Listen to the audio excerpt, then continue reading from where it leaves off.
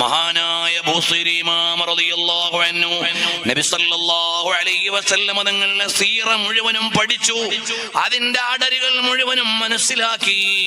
അതല്ലേ അവിടുത്തെ ബുറുദയിൽ മുഴുവനും എഴുതി വെച്ചത്.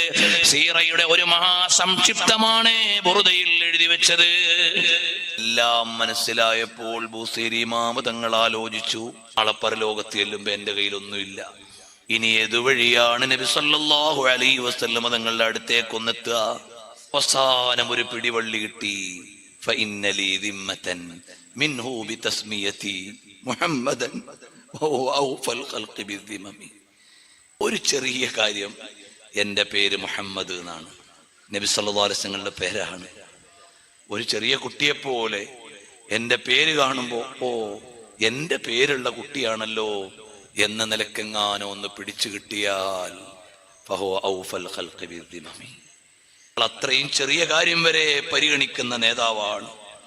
കാരണം ഹുദൈബിയ സന്ധിയുടെ സമയത്ത് സുഹൈൽ ഇബ്നു അംർ വന്നപ്പോൾ സഹലല്ലാഹു ബിഹിൽ ഉമൂർ എന്ന് പറഞ്ഞ നേതാവാ.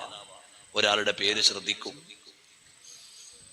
നബി സല്ലല്ലാഹു അലൈഹി വസല്ലം സന്നിധിയിലേക്ക് വന്ന ആളുകൾ പേര് പറയുമ്പോൾ ആ പേരിനനുസരിച്ചുകൊണ്ട് നബി സല്ലല്ലാഹു അലൈഹി വസല്ലം പോസിറ്റീവായിട്ടുള്ള പ്രതികരണം ഉണ്ടാവും.